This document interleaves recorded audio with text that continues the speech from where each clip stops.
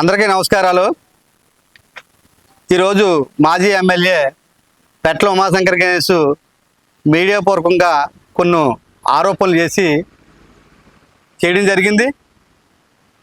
దానికి మేము సమాధానంగా కొన్ని విషయాలు మీ మీడియా పూర్వకంగా తెలియపరచదలుచుకున్నాం. అసలు పెట్ల ఉమాశంకర్ గణేష్కి మతి భ్రమించి మాట్లాడుతున్నాడో, లేకపోతే పిచ్చెక్కి మాట్లాడుతున్నాడో, లేకపోతే అవగాహన లేకుండా మాట్లాడుతున్నాడో నాకైతే అర్థం కాలేదు. గతంలోనే చెప్పాం, ఈయనకి గాలిలో గెలిచాడు, ఈయన ఎమ్మెల్యేగానా, ఈయన ఎంపీటీసీకి ఎక్కువ, ఎమ్మెల్యేకి తక్కువ అని చెప్పి గతంలోనే చెప్పాను. ఎందుకంటే నన్ను చూసి ఎందుకు భయపడుతున్నాడో నాకు అర్థం కావట్లేదు ఆయనకి. మరి ఈ ప్రాంతంలో ఉన్న ప్రధానికాన్ని అందరికీ కూడా పెద్ద ఎత్తున ఉద్యోగ ఉపాధి అవకాశాలు వస్తాయనే ఉద్దేశంతో వస్తే ఈ ప్రాంతం మొత్తం కూడా అయ్యన్న పాత్రుడి గారికి ఎన్నుదన్నుగా నిలబడుతుంది. అయ్యన్న పాత్రుడి గారి పక్షాన్ని ఒక పక్షం అయిపోతుందని చెప్పి ఒక భయం పట్టుకుందో అర్థం కాలేదు. ఈ ప్రాంతం పారిశ్రామికంగా అభివృద్ధి చెందాలని చెప్పి స్పీకర్ అయ్యన్న పాత్రుడి గారు ఇక్కడున్న భూముల్ని సేకరించడని చెప్పి అధికారులకు తెలియజేస్తే ఇక్కడున్న రైతాంగం మొత్తం కూడా స్వచ్ఛందంగా రైతులందరూ కూడా అధికారులు వచ్చిన తమ భూముల్ని సాగులో ఉన్న ప్రతి ఒక్క రైతు కూడా కొలిపించుకోవడం కూడా జరిగింది. సుమారు 5 నెలలుగా ఈ ప్రక్రియ జరుగుతూ ఉంది. మరి ఈ 5 నెలలుగా ఈ ప్రక్రియ జరుగుతూ ఉంటుండగా 2 నెలల కిందట ఏదైతే లిస్టు సర్వే చేశారో ఎంజాయ్మెంట్ ఎవరైతే మరి సాగుదారులు ఉన్నారో వాళ్ళందరూ కూడా లిస్టు ప్రచురించడం కూడా జరిగింది. ఈ రాజపల్లి రెవెన్యూ సచివాలయంలో ప్రచురించిన వెంటనే నువ్వు లిస్టు తీసుకొని మరి 100 కోట్లు అవినీతి జరిగింది, మరి నీ నిజాలు బయట పెడతామని చెప్పి ఆ రోజు ఎంఆర్ఓ ఆఫీస్ ముందు ఏయో మాటలు, ఫేక్ మాటలు మాట్లాడు. కానీ 2 నెలలుగా నోట్లో పండు పెట్టుకొని ఉన్నావు ఏమన్నా నువ్వు. ఈవేళ ఏ ఒక్కరైతే సరే నీ దగ్గరికి వచ్చి నాకు నష్టం జరిగింది, నా భూమి కొలవలేదు, నాకు సరిగా సర్వే చేయలేదు, నా భూమిలో వేరే పేర్లు ఎక్కించారని చెప్పి ఒక్క రైతాంగం కూడా నీ దగ్గరికి రాలేదంటే నీ పరిస్థితి ఏంటో ఒకసారి అర్థం చేసుకో. ఇవాళ అయ్యన్న పాత్రుడి గారు పారిశ్రామికంగా కొన్ని కంపెనీలు తెస్తామంటే రైతులందరూ కూడా స్వచ్ఛందంగా మేము భూములు ఇవ్వడానికి సిద్ధంగా ఉన్నాం. అయ్యన్న పాత్రుడి గారి మీద విశ్వాసం ఉంది కాబట్టే, అయ్యన్న పాత్రుడి గారు రైతు బిడ్డ కాబట్టి, రైతులకి ఏం కావాలో ఆలోచన చేసే శక్తి వ్యక్తి ఉన్న వ్యక్తి కాబట్టే ఆయన మొన్న ఎంఎస్ఎంఈ పార్క్కి శంకుస్థాపన కూడా జరిగింది. గ్రామ సభ అవ్వకుండా చరిత్రలోనే ఎక్కడ కూడా శంకుస్థాపన జరగలే. కానీ రైతులందరూ కూడా స్వచ్ఛందంగా నుంచి మీరు శంకుస్థాపన చేయండి, మీ మీద మాకు విశ్వాసం ఉంది, మా పిల్లలకి మాకు ఉద్యోగాలు ఇవ్వాలని చెప్పి భూములు శంకుస్థాపన ముందు ఇచ్చారు. అది అయ్యన్న పాత్రుడి గారి తాలూకా చరిత్ర గొప్పతనం.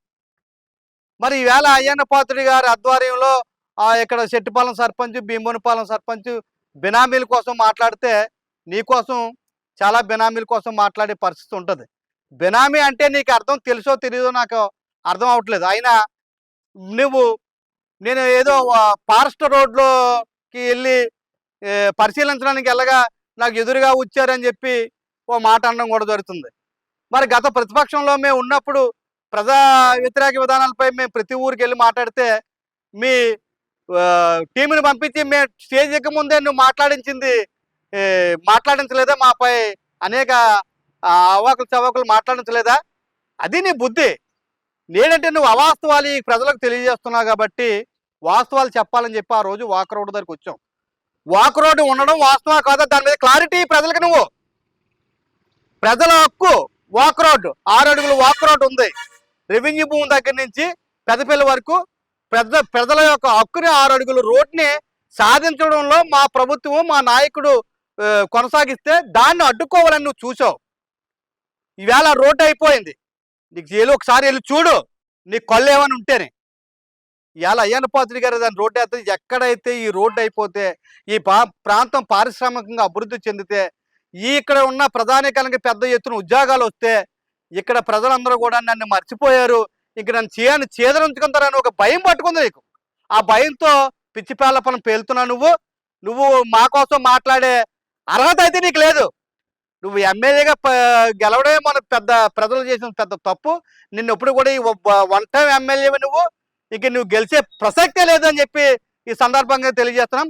నువ్వు అదే భూమిని ఫారెస్ట్ భూమిలో రోడ్డేసేసారు అంటున్నావు. అదే భూమిని కోర్టుకు వెళ్ళారు, సాగుదారులు ఇన్ని కోట్లు చేసేసారని చెప్పి 100 కోట్ల నువ్వన్నావు, ఇవాళ 2 కోట్ల రూపాయలని నువ్వు అంటున్నావు. నీలాగా సిగ్గుమాల పనులు, నీలాగా నీతిమాల పనులు, నీకులాగా మతిసమతం లేని పనులు మీద చేయమయ్యా.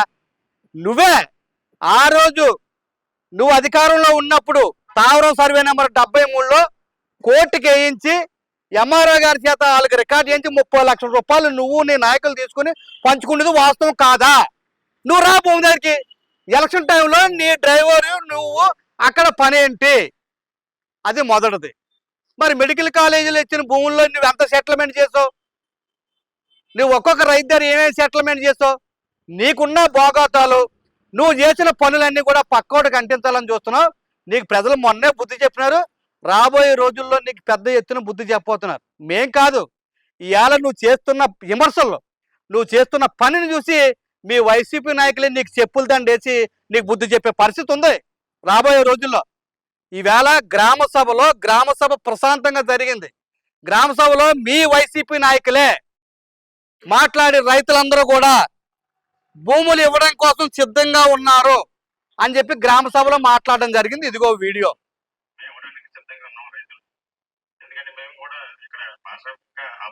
కాబట్టి ఆల్రెడీ ఆంధ్ర కంపెనీ ఇచ్చారు.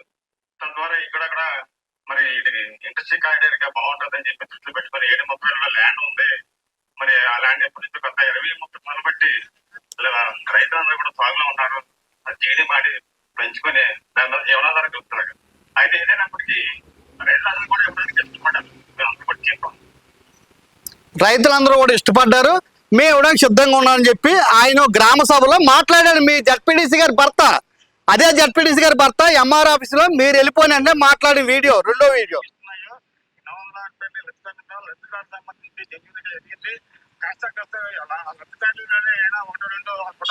పెట్టుకోవచ్చు అంతే తప్ప దాని అవసరం జరగలేదు.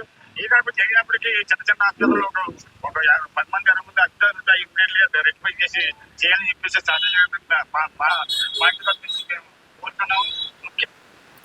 అంటే మీ జడ్పీడీసీ గారి భర్త ఆ రెవెన్యూ పరిధిలో ఉన్న వ్యక్తి 737లో 400 పైసలుకున్న రైతుల తాలూకా సర్వే సమగ్రంగా బాగా జరిగింది. ఒకటైన పొరపాట్లు ఉన్నాయి, రెక్టిఫికేషన్ చేయండి అని చెప్పి మీ జడ్పీడీసీ గారు మాట్లాడుతున్నారు. మీ జడ్పీడీసీలో అక్కడ గ్రామ సభలో వచ్చి మేము భూములు ఇవ్వడానికి స్వచ్ఛందంగా సిద్ధంగా ఉన్నామని చెప్పి ఉన్నారు. అలాగే మీ కోడూరు తాలూకా ఎక్స్ సర్పంచ్ వచ్చి మాకు సరైన ప్యాకేజ్ ఇవ్వండి, మేము రైతులందరూ కూడా సహకరిస్తామని చెప్పి మీ సర్పంచ్ గారు చెప్పండి. ఇక్కడున్న లోకల్ వైసీపీ నాయకత్వం ఒక వైఖరి, నువ్వేమో ఇంకో వైఖరి. అంటే దీన్ని బట్టి నేను ఏమర్థం చేసుకోవాలా? నీకు మతిస్థిమతం లేదని చెప్పి అనుకోవాలరా గణేష్. నీకు నీ మీద ఇంతకంటే ప్రజలు ఇంతకంటే నీకు గట్టిగా బుద్ధి చెప్తే కానీ నీకు పనిచేయదు. నువ్వేమో మొన్న ఏం చెప్పావు? మెడికల్ కాలేజీ కోసం జగన్మోహన్ రెడ్డి గారిని తీసుకొస్తున్నాను, కొత్త జీవో తెస్తాడు, అది తెస్తాడు, ఇది తెస్తాడని చెప్పాను. ఏం తీసుకుని చూపెట్టావు? ఈ నర్సీపట్నంలో ప్రసలో అయితే జీవో చూపెట్టావో మళ్ళీ అదే జీవోని స్టేట్ జీవోని ఇక్కడ చూపెట్టావు. ఎన్నిసార్లు బోగస్ మాటలు మాట్లాడుతావు?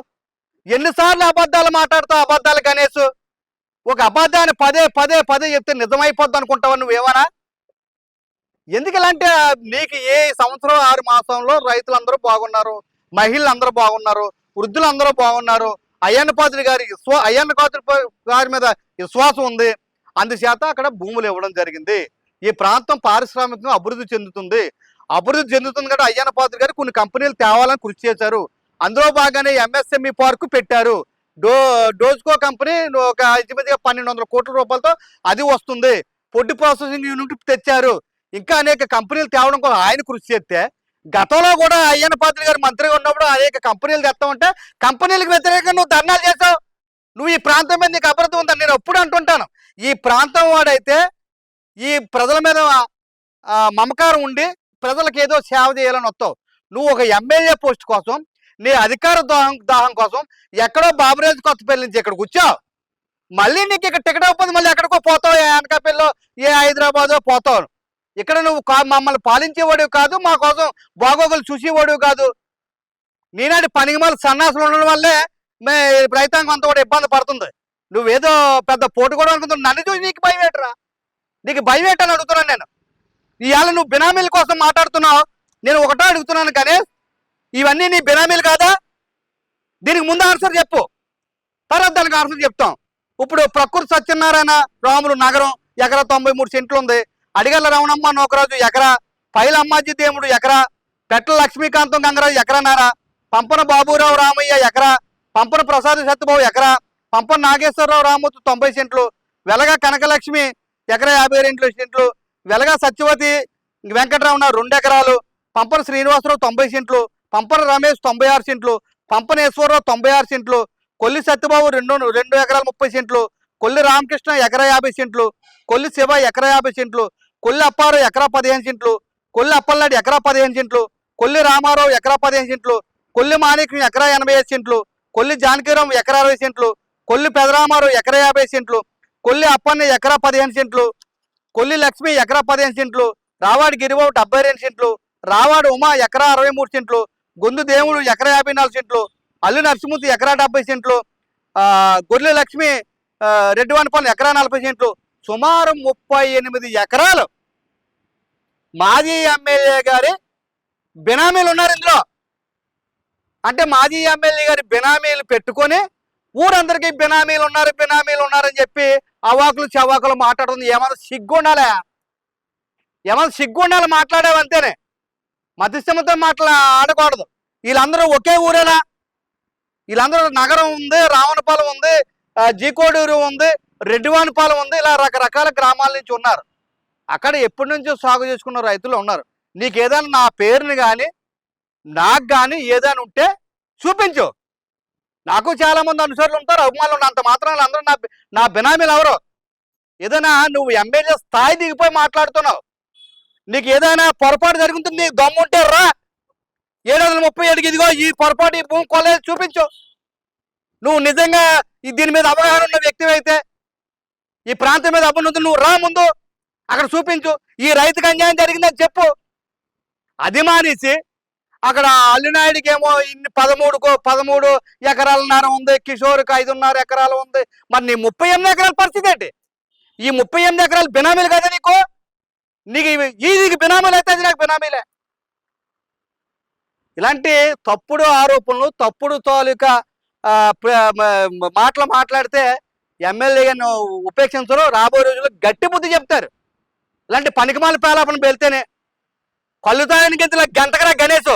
ఇప్పుడు నీకు ఒకటే చెప్తున్నాను, చేతనైతే నీకు దమ్ము ఉంటే ధైర్యం ఉంటే రా, నువ్వు నేను ఇక్కడ చూపిద్దాం నీదేంటో నాదేంటో.